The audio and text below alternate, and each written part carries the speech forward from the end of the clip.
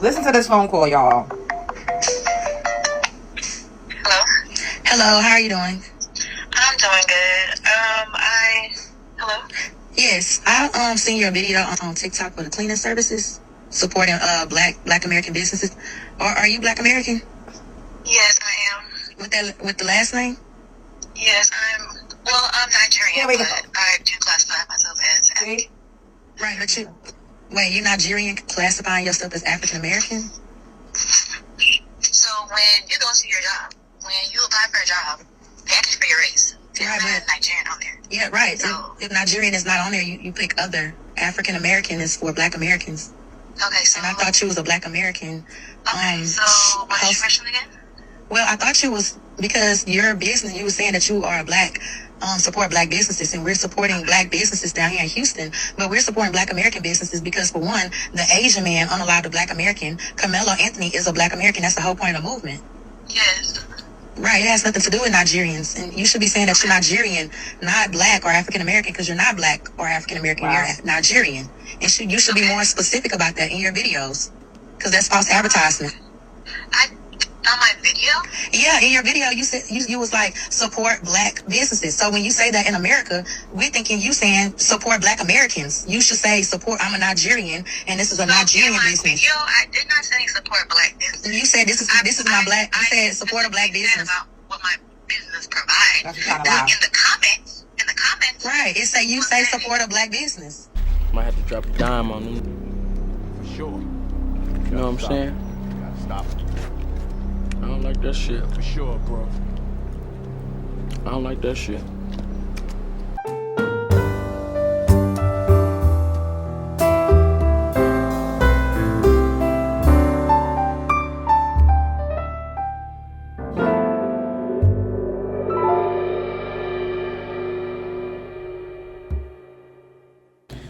Alright, y'all, we back with another video, man. Y'all know how we do. Always pushing health, wealth, and a better understanding of self. So we got a lot of African business and Caribbean business that they want to be associated with how we trying to keep our money in our community.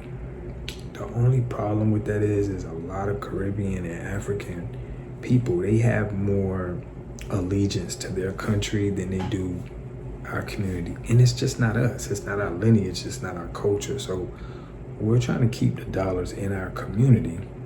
And that's the reason why we started this Black wealth transfer. So that a lot of Caribbean and African people, I'm gonna show y'all a clip of this Nigerian lady is just trying to bunch everybody up. Like, you know, long as you melanated, it don't matter, we're all one, but she don't understand the resources needs to be going to this country, to our community. And that's the biggest thing. So when you claiming another allegiance to another country, it just don't make sense to us. We want to focus on everybody that's from our lineage here so we can build back our communities. Okay, we spending $1 trillion a year. So we're trying to allocate all that money to make us better. And it's just room for error when we have people that's coming in from, you know, Nigeria or the Caribbeans, and they're like trying to associate themselves with us, and it's just not the same. So I'm gonna show y'all what's going on right now, but we definitely call it out. We got a lot of people checking it, and it's just not right. You know, I think you need to rep whatever you rep and have allegiance to what you have allegiance to. This double allegiance that everybody's trying to have with America and their country back home, it's fine to do it, just don't associate that with us, because we're delineating and we want to make sure where our money is going to help us. So make sure y'all subscribe to the channel, hit that like button, push me on the algorithm. I greatly appreciate that. Without further ado, let's get it. A Good Lie.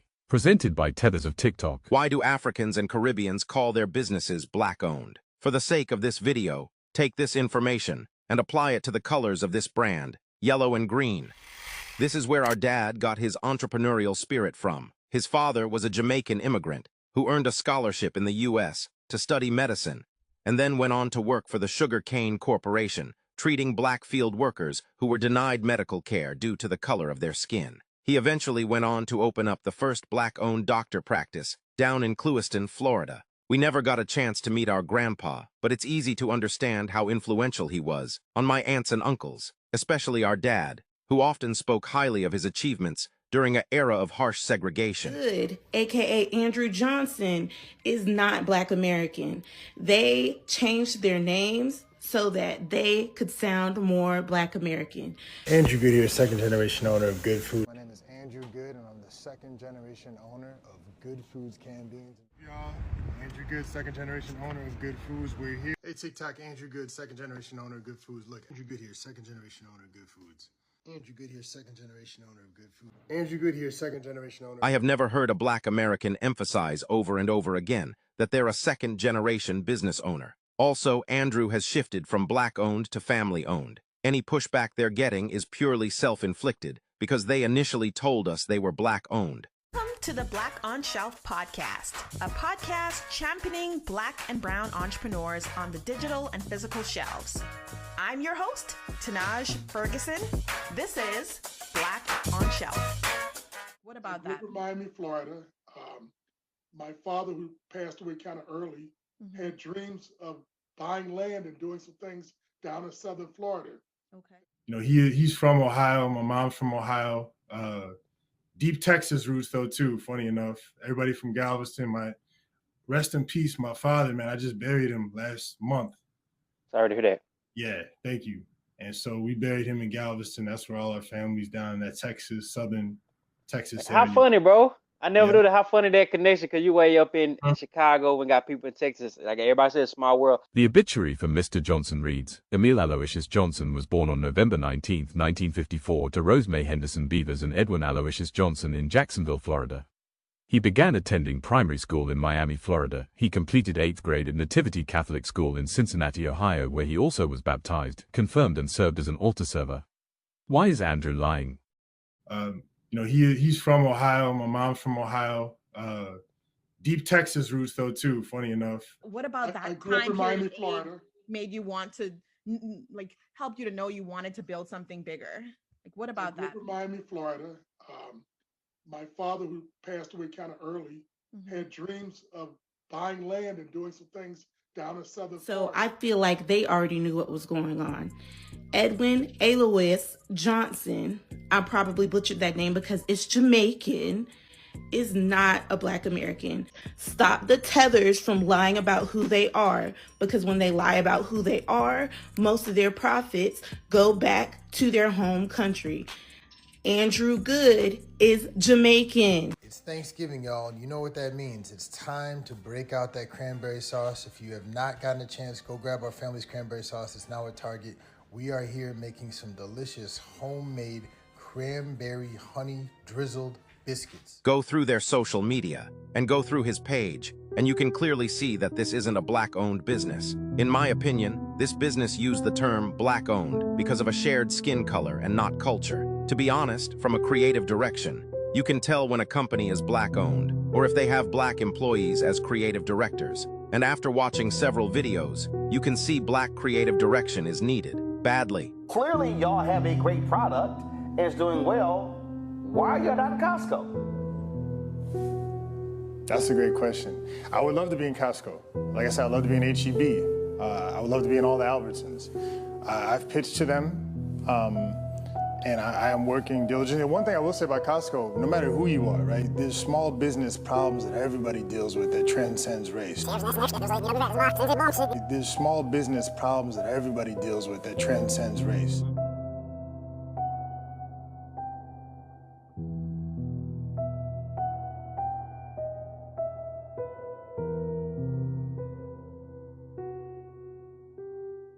Lie, all the hate for Black Americans are definitely forced, because let's break it down. I'm Jamaican. I migrated to America when I was 12. There is no experience that has made me love my Blackness, make me appreciate the heritage of my ancestors than living in Black America. Black Americans are so fucking... Without further ado, Black people, you have to understand that there will be a great separation between us as well. Every black person is not going to be on board, as you can see with a lot of these black people who have so much of a rebuttal when it comes down to boycott. Every slave didn't leave the plantation. Every slave didn't even think that they were a slave. But I'm here to tell you that whether these people are on board or not, the ship is going to sail anyway. Some of our people have to be left behind. Some of them are more of a cancer to our community than anything. If they cannot be reached within reason, then leave them behind. If they have not received the frequency yet, then leave them behind. There is the stigma that we need everyone to progress, and that is not true. We need the right ones to progress. The right minds, the right frequency. Those of them that choose to be left behind, that is their choice. The ones of them that don't want to expand their consciousness. The ones of them that want to remain ignorant, still fighting over seafood boils and Jordans, leave them behind. Some of our people, there is no ray of light that will reach them in the sunken place in which they live in. And that is okay. We need those of us that can see into the future and know what's possible while alchemizing the present. Stay righteous. Nothing makes me more happy than seeing my people, the Black Americans, revert and divert our resources back to our community. I love y'all, and I'm so excited, and I'm supporting businesses, and I hope to keep seeing you all. But there's something else I also want to talk about. Right now, we see a lot of African and Caribbean people deciding that they want to import their businesses to, again, benefit off the labor of Black Americans. I want to make something very clear. Blackness as an ethnonym, ethnicity, and racial identity is exclusive to the Black people of America, meaning there are no Black people. There are no Black people in the world outside of those who are the foundational Black people of America, based on the rules and realities of ethnicity, ethnonym, and racial identity. So when we say we support Black-owned businesses, we are strictly talking about Black Americans. We are not speaking about Africans or Caribbeans. We are talking about the Black people from the United States of America who have been the people that are the descendants of the folks who made America the country that is worth immigrating to. The people who have lost ancestors. Many of us didn't get to meet our great-grandparents because they were murdered. Two of mine, my great-grandfathers, murdered in the South, being Black men who own businesses in the South. So when we are fighting for this, when we are being so ridiculously powerful about our stance on it, it's because we lost our people. We lost our ancestors. We lost things so that you all could have a better life. And so no, nobody that is African or Caribbean who runs a business in America has a Black-owned business. However, all those beautiful Black American people who are the descendants of those who have shaped this country, I want to support your business. Drop it below. I love you. And remember to be very vigilant these days, because people love to try to play on our top. Be very, very vigilant these days. I love you. Folks really understand. I don't think this country understands. The universe don't play about Black folks. It doesn't. Yeah, let that sit for a second. Because for over 400 years, slavery, Jim Crow, redlining, mass incarceration, right now, darn it, every system you can think of has been designed to break us. And yet, here we are, still thriving, surviving, not just surviving, creating culture, leading movements, shaping the damn world. Now, let's be clear. This ain't accidental. History shows us that every time policies are created to suppress Black progress, we adapt. We build Black Wall Streets. We create movements. We turn pain into power. And even today, when voting rights are being rolled back, when education is being restricted, when our stories are being erased, baby, we still rising. Yeah, we gonna find a way. So let me ask you this. If a group of people had a 400-year head start, why are they still trying to control, manipulate, and suppress us? Baby, we was 400 years behind. I just want y'all to know, that's not dominance. That's not anybody being supreme. Baby, that's fear. Fear of a people who were never meant to make it this far. And here's where I need us to wake up. Our ancestors don't play about us either. Yeah, no, they don't. We're carrying generations of resilience, brilliance, and strategy in our DNA. So no, I said this shit before. We're not signing another motherfucking contract. We're not signing up to be exploited anymore. No more destiny swapping. No more participating in a system that requires our silence to survive. We already know there's going to be some outliers. We can't worry about them. Yeah. At the end of the day, we hold the damn keys. And it's time for black folks to get on board. Yeah. I need y'all to get y'all asses on board.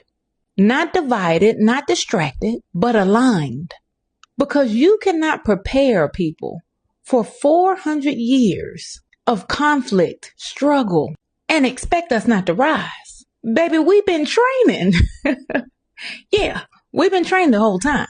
The math, this math is mathing. Baby, we've been training for war. 400 years. Let that sink in. All right, good people. Drink your water. Stay rooted, real, and knowledgeable. And mind your black business. And now on some real stuff, it really hurt my feeling and burns my heart that I even have to include Africans, Jamaicans, Haitians, and when I talk about, you know what I'm saying, the black community and how they're not a part of it. Because growing up, I really used to look at myself as an African bitch. Like, I'm not gonna lie, I looked at us all the same. I did not see no difference between Africans versus us or other black people from different parts of the world versus black Americans until I got older, and they made me realize that we are nothing alike. Like, we are nothing alike. We are like in a lot of ways, but we are not alike. Like, I really used to think that we was all the same, bro. Like, I really used to think we was just like them. Like, I grew up in a school that taught us a lot of the stuff, the principles of Ma'at and the Guza Saba. You know what I'm saying? It taught us to celebrate Kwanzaa instead of Christmas. That just taught us about culture, our culture overall, and how everything. But then when I come and step out into the world and they really think that they're better than us, they really think that they're doing something more than what black people could have did. Oh, how we come down here and do ABC and y'all didn't. You know how many racist Jamaicans I encountered alone this year? Like, I really used to think that there was no difference between me and them until I got older and realized, like, they don't like us neither. Like, I didn't know. I swear I didn't know. I looked at us all the same. Never was one of them racist, them black Americans that was racist or African. No, bro. Like, you are me. I am you, nigga.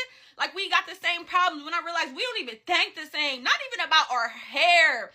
And that's a different topic for a different time. Granted, we can go with the, oh, black people don't love their hair. Black people don't love their 4C hair and shit. But you know what? I ain't even gonna start on that because that's a topic for a different time. When I had so many Jamaicans and other races around me coming to America, and they're like, y'all don't got, perms ain't popular around here. Y'all ain't got nobody doing perms. You ain't got nobody doing ABC. Like, nah, baby, I don't wear perms in my head. Like, maybe back when I was a child, you know what I'm saying? They had no choice because motherfuckers ain't want to work with this black beautiful hair or ain't know how to work with this black beautiful hair. I'm even just that's just the bare minimum. But coming around them and they really will let you know you ain't nothing like me. A community must have three things to have a community in it. You must have a wholly independent economic structure that can provide goods, service, products, and things for your own people, and jobs and tax spaces for your own people. You should at least control four basic things. You should be trying to control water, food, medicine, and energy to be able to survive and compete. Here we got Mr. Pollock. He had a cornfield. He took advantage of a free water test from us, and this is what we found in this water. We found sulfur, we found hardness, and we solved these problems with an easy fix of 2 tanks. So get your free water test today. Stay blessed. Click the link below.